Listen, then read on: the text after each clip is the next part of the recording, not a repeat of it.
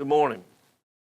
Last week we finished up uh, in James chapter 4 talking about boasting about tomorrow and about making plans without leaving room for consideration of what God is trying to do, trying to accomplish, trying to move us toward, calling us to accomplish. And boils down to humbling ourselves before God. This morning, we continue now into James chapter 5 and the first 6 verses as James begins talking about, again, humbling ourselves, but he writes it as a specific warning towards the rich. Or at least that's how we typically think of this passage. And as this morning, I want us to begin by thinking about this not as much about a warning for the rich, but a warning for the oppressor, a warning for those who seek those riches at all cost. Let's begin with reading our text this morning, James chapter 5, and beginning with verse 1. Now listen, you rich people, weep and wail because of the misery that is coming on you. Your wealth has rotted, and moths have eaten your clothes.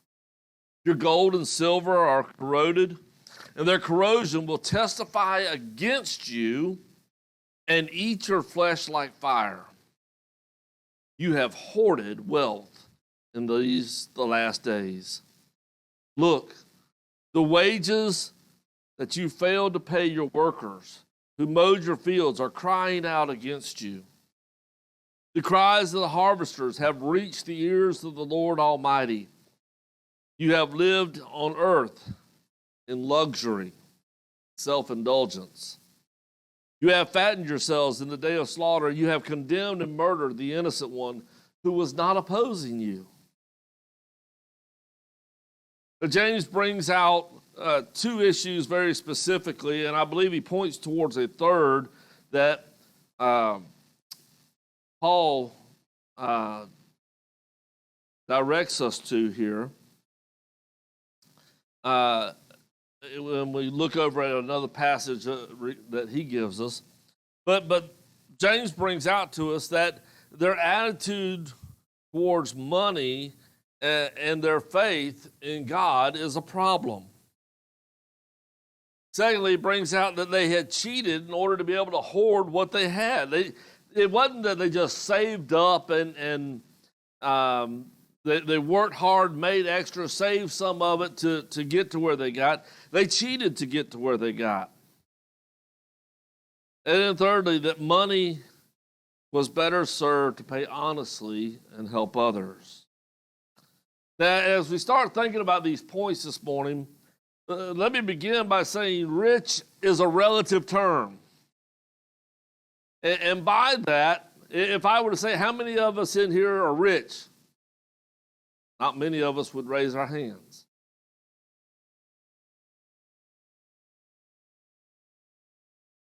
Most everybody thinks that being rich is having more than what they have. For most of us, thinking about somebody who has $1 million, that might be a rich person. For a person that has $1 million, you got to have $10 million to be rich.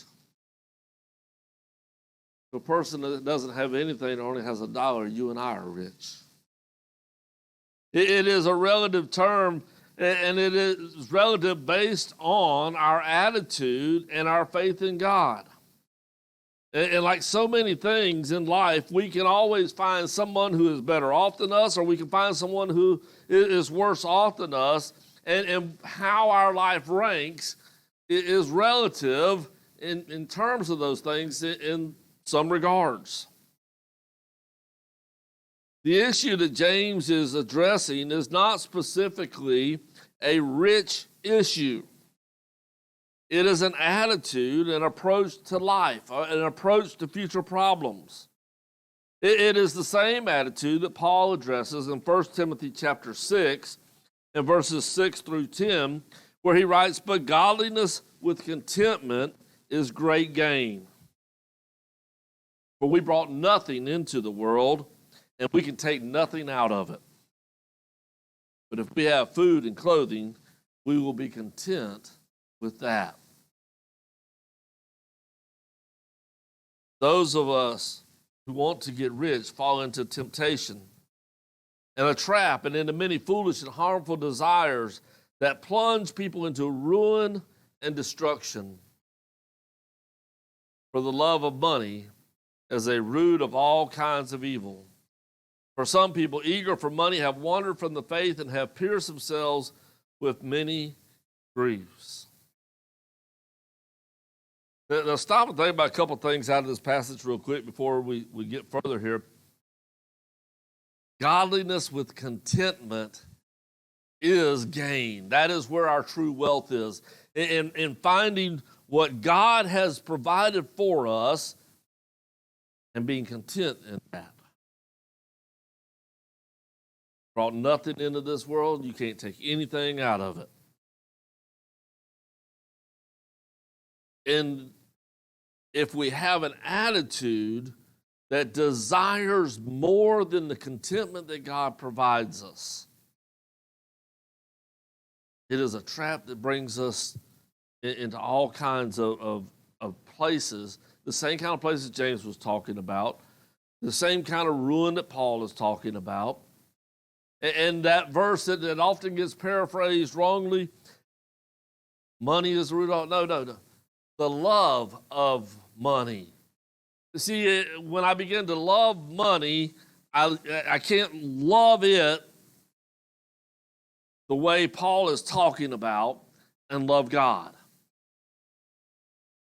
Jesus says you got to choose one or the other. You see, the issue that both Paul and James are dealing with here is, do we trust God to provide what we need? James said they weep and they wail because their wealth is being destroyed. It up through every means possible, thinking that it is going to be the solution to getting them through whatever lies before them. And instead, when they need it, they find out it accomplished nothing. It's wasted, it's ruined. It doesn't have the value that they thought it had. They hoarded it because they believed it was to be their salvation, rather than trusting in God to be their salvation. Jesus addressed this in Matthew chapter 6, verses 19 through 21, when he said, "Do not store up for yourselves treasures on earth, where moths and vermin destroy, where thieves break in and steal, but store up for yourselves treasures in heaven, where moth and vermin do not destroy, where thieves do not break in and steal. For where your treasure is, there your heart will be also." You see, the first issue that has to be fixed is our attitude about money, about our fixing our faith in God to take care of tomorrow. And when we start to straighten that out, the other issues that James pointed out begin to take care of themselves. When our attitude about money is right, I'm not cheating others. When my attitude about money is right, I'm trusting God more. When my attitude about money is right, I'm willing to take what God has blessed me with and use that to help others.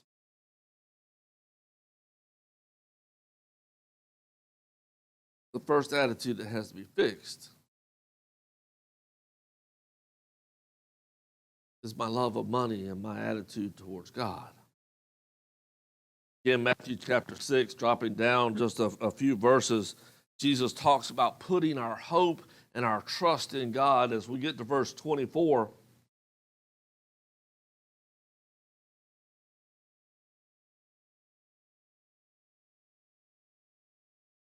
God's not there.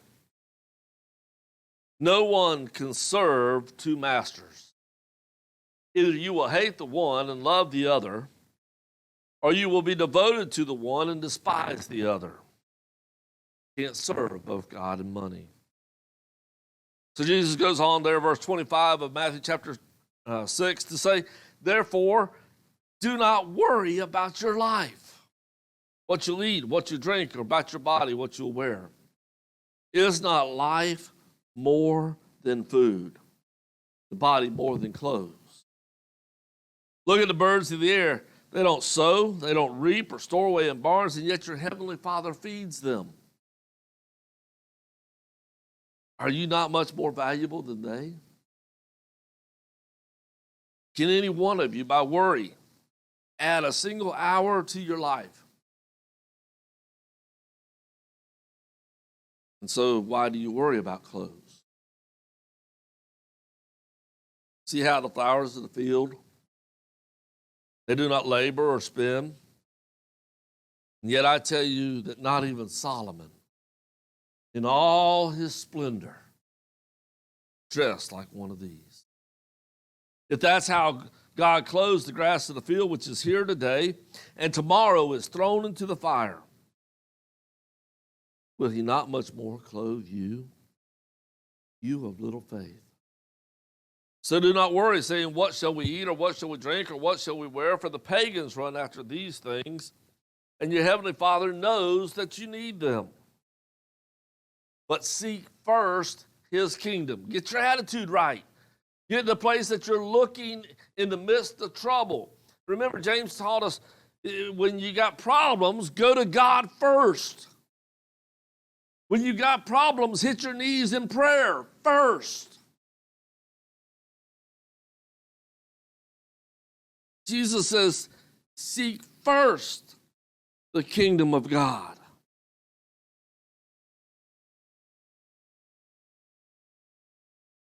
All these things will be added to you.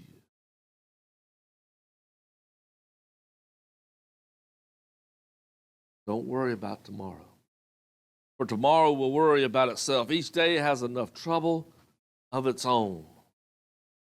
See, part of the reason we have a problem with money is because we're worried about tomorrow. We're not sure whether God's going to take care of things tomorrow.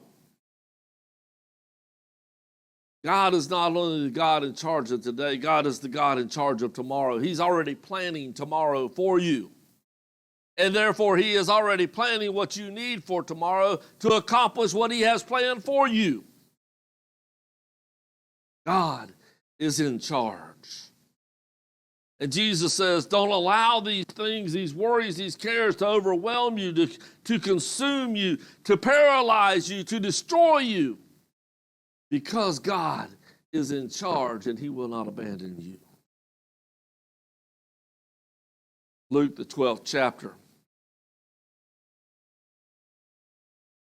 beginning verse 16 through 21. Jesus tells them a parable. He says, the ground of a certain, and he thought to himself, what shall I do? I have no place to store my crops. And then he said, this is what I'll do. I will tear down my barns and I will build bigger ones. And there I will store my surplus grain, and I will say to myself, you have plenty of grain laid up for many years. Take life easy, eat, and drink, be merry. God said to him, you fool. This very night your life will be demanded from you. For you then who will get what you have prepared for yourself?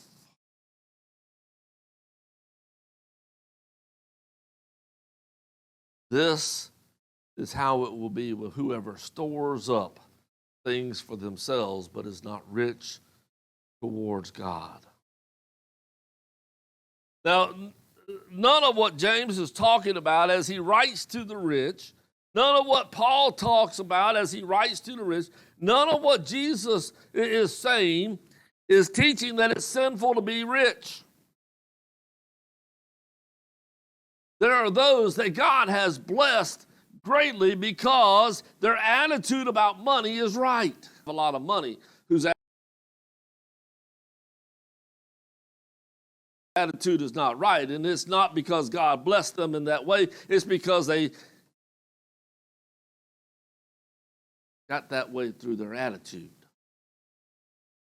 But it will rot, it will just be destroyed, it will be stolen, it won't leave this world with them. But when our riches are blessings from God, they are not only blessings and riches in this life, they are blessings and riches in the life that is to come.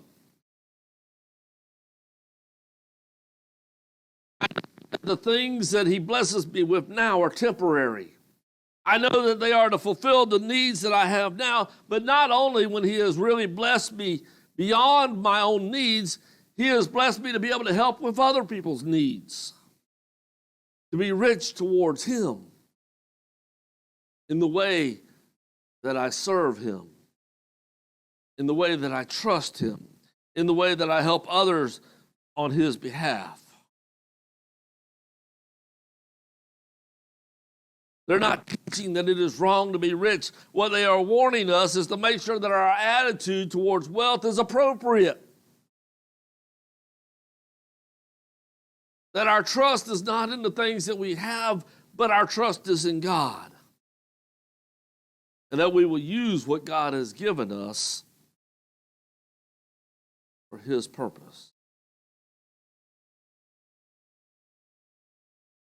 Paul writes a very similar thing in 1 Timothy chapter 6, verses 17 through 19.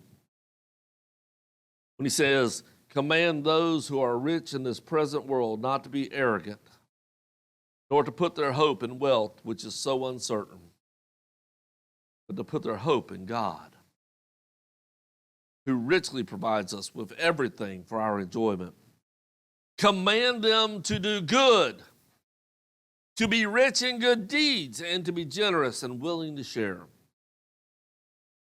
In this way, they will lay up treasures for themselves as a firm foundation for the coming age, so that they may take hold of the life that is truly life."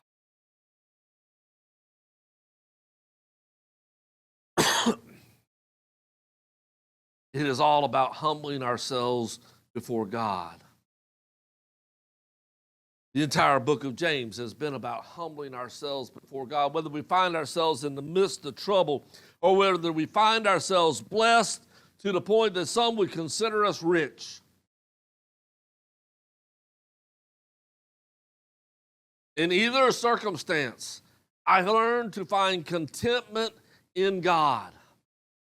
And when I find contentment in God, that means that everything about my life is at his disposal. I will carry out the acts that he has prepared for me to do. I will use the funds that he has given me to carry out the acts that he has given me to do. And I will trust that he will take care of the problems of today. To wake in the morning, that he will take care of the problems of the new today.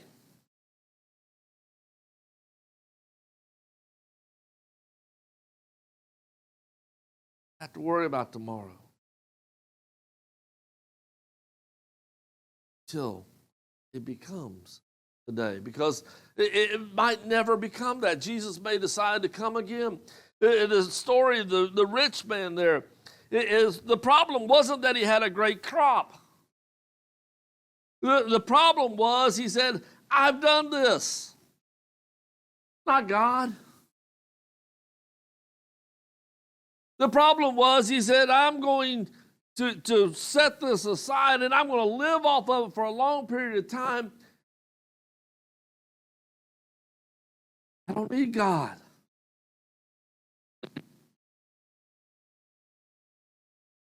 I'm not going to help anybody else with this. This is for me to set me up forever. I said, it rots, it destroys, weevils break in. Moths, thieves steal it. Because your attitude's not right. In fact, before any of that can happen, your life is demanded of you. Who's going to enjoy it then? Anybody and everybody but you. Humble yourself for God. He will lift you up. He will care for you. He will provide for you. And He will keep you in check.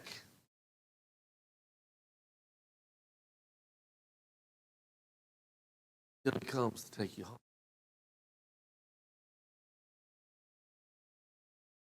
This lesson is yours. Next week, we're going to get in